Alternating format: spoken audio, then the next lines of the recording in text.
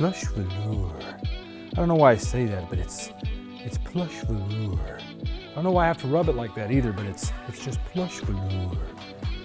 I don't want to rub my face there because somebody's butt's been in this seat, but it's still got to go. We're getting rid of this. We're throwing it to the side. We're not throwing it away because those are actually going to be going off to an upholstery place that we know of that is going to use them to make a good set of buns and covers for the 1980 to 86 F-150, F-100, because there was an F-100 early on, all the way up through the Broncos. There is a few vehicles that use these seats.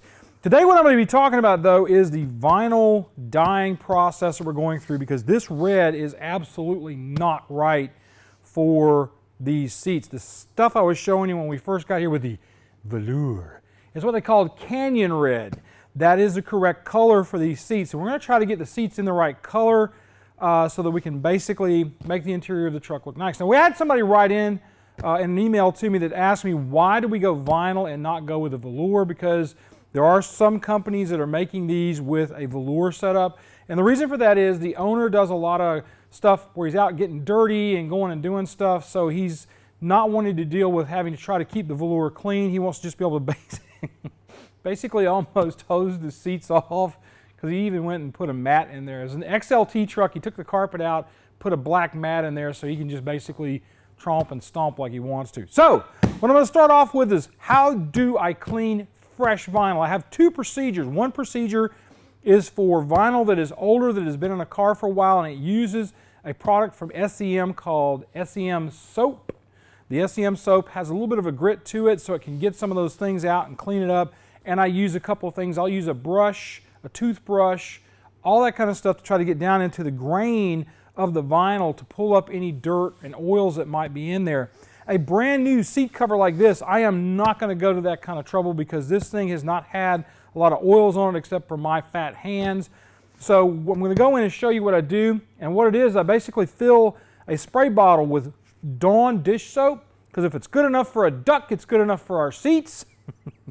And I use the Dawn dish soap and a baby diaper to go in and kind of wipe the seats down and clean them up. And then I'll come in behind that with a damp baby diaper. Well, anyway, I'll show you that in a second. So I'm just going to spray some of this on here. And I'm just going to go in, I'm going to wipe this seat down. You can see a little bit of the soap popping up there. It smells like Dawn. And I don't know if we'll even really get a whole lot of dirt off of this, but these things have been sitting around in our studio space. And I don't know if you know about studio spaces or garages, but dust will go a-flying. Yeah, there's still a little bit of dirt on here. So I'm going to wipe around the edges. Probably what I will do next to get those lower places is I'm going to go and get a nice towel to set this on, flip it over on the towel, and then clean up the underside. Now you'll notice one thing that I'm doing with this. I'm going in and bearing down on the seams with the diaper. That way I'm sure to get anything that might be down in there lurking around in the way of oils and contaminants that would mess up the vinyl dyeing process. All right, now this is a backdrop we have. You can use towels or whatever. This one has been washed and is clean, so we should be good to go on it. I'm going to get all the way out to the edges here, all the way around, and on the underside here. The problem you're going to run into when you do this, and it's a real issue in some respects, is this field here and your listing set up here. Mostly because I personally am not going to spend the time and effort to go in and cover this up so it looks right. Because if you flip this thing over and look at it, your seat covers are not really going to be right. This is still in the wind because we still have this piece to put in, but we can't do that until after we dye the seat over. All right, so I'm going to take my damp cloth and wipe the seat down yet again to remove any contaminants from the soap that we put on it. I am also going to allow the red to get on these places, the buns that you see hanging out here. The seat's not really doing the job it's supposed to, the cover is not. So we're going to leave that there to let some red get on that to kind of hide that. but we are probably still going to have to take it somewhere and have them stitch a little bit on the seat to make it work out better. Flip the seat over and wipe this side. And you're going to do this for the top and the base. You don't want to leave anything out. Everything needs to be soaked down and run. So we're not going to show you the top because, let's face it, nobody wants to watch me just wipe around on a seat for the next 10 or 15 minutes. But this is basically your procedure. You'll see that there's some dirt on this one. This is a brand new diaper. I just pulled this one up, so it's pulling up stuff even still. So I recommend a good wipe if you want this to work out and look clean. All right, I have a little junk piece of cloth here that I'm going to use to basically protect the rest of the vinyl from the shards coming off of this. This is just a trim tool I have. I'm a little bit over the top on the sides here. I'm going to pull this and tuck it under all the way around on the vinyl, between the vinyl and the frame.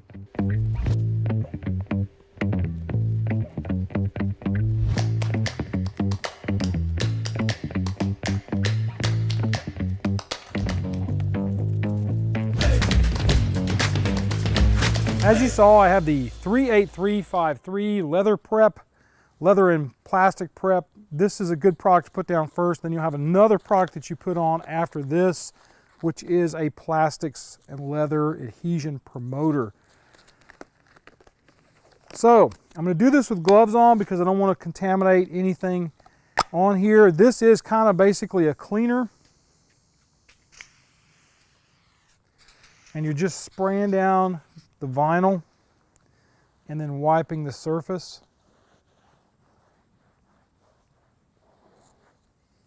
to get it ready to go. And you're going to want this product to dry completely before you start going in and doing any shooting.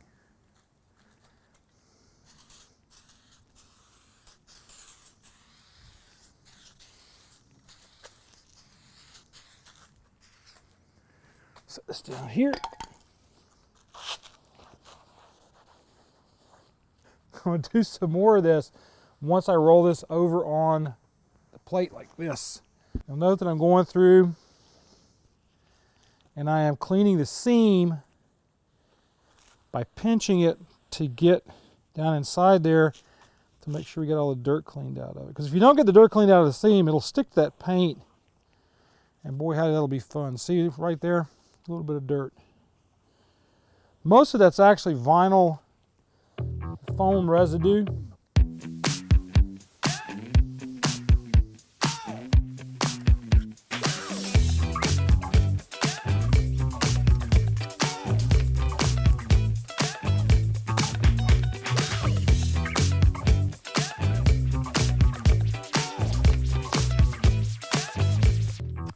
All right, this is our plastic adhesion promoter from the guys at SEM. I always try to make everything same. Anything I'm using, if I'm doing a vinyl dye from a company, I'm going to use all of their product line. Other products will work. Bulldog is one that a lot of guys will use for their plastic adhesion promotion products. But if I am doing it, I'm going to try to keep everything the same, because then if I have a technical problem, I can call the base company and say, I'm having a technical problem with your product. And if I say I sprayed Bulldog as a base, they're going to shut me up. They're not going to talk to me. So always try to keep everything same. Now this product, the first coat that goes down is a 5-minute dry time. It's a very light coat of the product. And then the next coat that goes down is a wet coat, and it is a 15-minute dry time. So keep that in mind when you're doing this. You can't go any more than 30 minutes. So your paint time is anytime between that 15-minute mark and the 30-minute mark after you set everything up. So I'm going to go get a mask because I'm not sure if this stuff is volatile or not, or going to like give me cancer and make me have a hand grow to my forehead. So I'm going to go get my mask. All right, I'm going to pull this up for a second. 1 minute of shake time. So you do this for a minute. I've already done it for like 30 seconds off camera. Maybe 45. Light coat.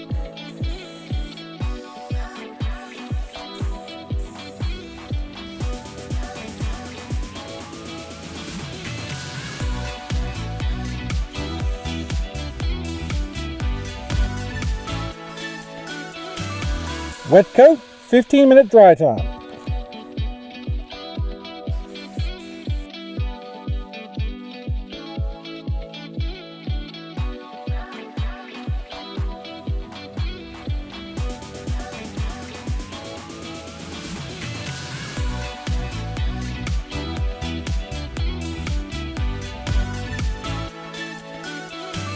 15 minutes. All right, we got our SEM paint. I'm going to go ahead and spray this out. I'm going to start on the back side so I can kind of get a feel for how this can sprays. All of them are a little bit different sometimes. So I'm going to just spray it and see what we get.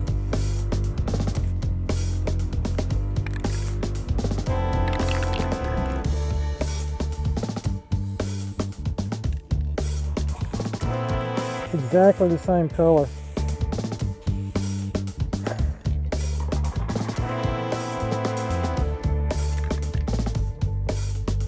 It's not any different.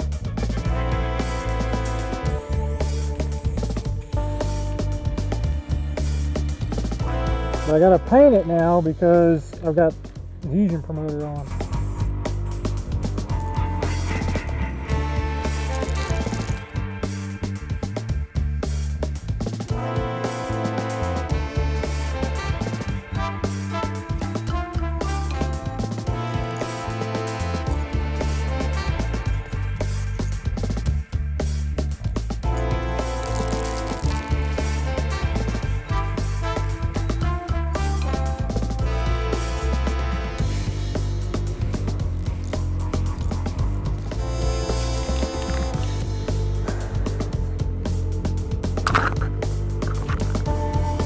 I don't know. This looks like exactly the same color that's already on the seat. And I don't know if that means that the seat color for Canyon Red in the trucks is different, because this is actually marked as 84 to 86 Mustang Interior Code D. Now, the Canyon Red for the pickup trucks may be a slightly different color, a darker red as Canyon Red. But for right now, while I've shown you what to do, this is not going to work, because that's not the right red. That's a much, well, it's the same color as the seats already were. So what we're going to do now is I'm going to go in and we're going to talk about this a little bit and kind of go over some thought processes I have on how to get this where it needs to be, but probably without an aerosol can.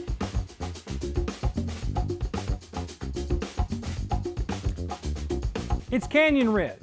It is Canyon Red for Mustang. It is it is not Canyon Red for pickup truck, and I'll show you why I know it's Canyon Red. The color is different. This is the armrest that we got in from the stuff that the guy brought over to us. You can see a difference in the color. This is a more blue red than this is. This is our post spray red. This would be great in a Mustang. In a pickup truck, however, it's a decidedly different color. I'm going to pull up. My camera guy can get here. I don't want to set it on the seat because I may have to re-dye these. You can see how much darker that red on the vinyl striping is on here. And what I did, and what I should have done when we were starting this process, which you should always do when you're starting this process, go out and hit the forums. Find out what guys are doing for this kind of stuff, because this is fairly new territory for most of the aftermarket parts places. They are just starting to get off into the 80 to 86 and on up. Arrow nose, all those, bull nose, whatever everybody's calling them.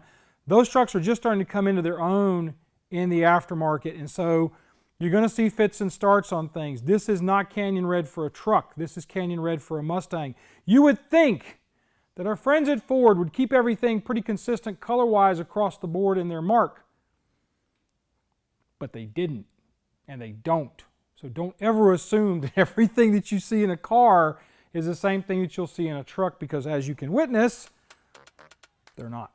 So seriously, Patreon, if you have gotten anything from what we do around here at all, and we have helped you, throughout the process of restoring your car to give you that boldness you need to go out and do this stuff yourself, you should consider dropping some coin in on there for us. It helps me to pay Andrew. That's really where all the money goes.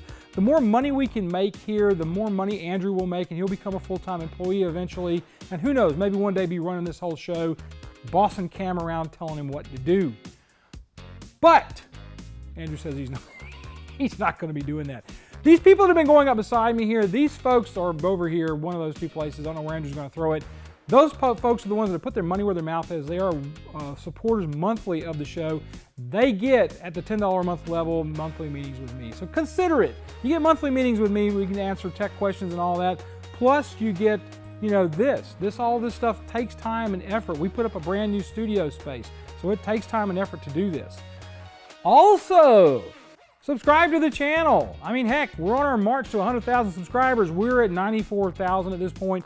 We want that plaque. That's really the main reason for it. If you subscribe, click the bell for notification. You'll be notified every week of what we do. We put 2 videos up a week. Usually, we'll skip around some on Manic Mechanic, but almost like clockwork, we're putting videos up on Autorestomod. Want that plaque? I keep saying it's a PDF file. They're just going to email to us, and we're going to put the piece of paper with the picture of it on the wall back over here to my right. But you know, that's probably not what, I hope that's not what happens. Last thing I want you to do, folks, is be kind to each other, love each other, treat each other nice. You guys have a great week, and we'll see you next time on Autorestomod.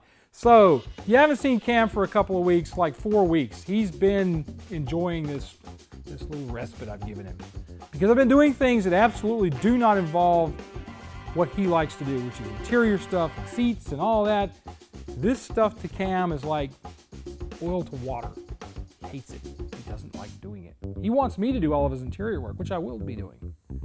But he doesn't like it.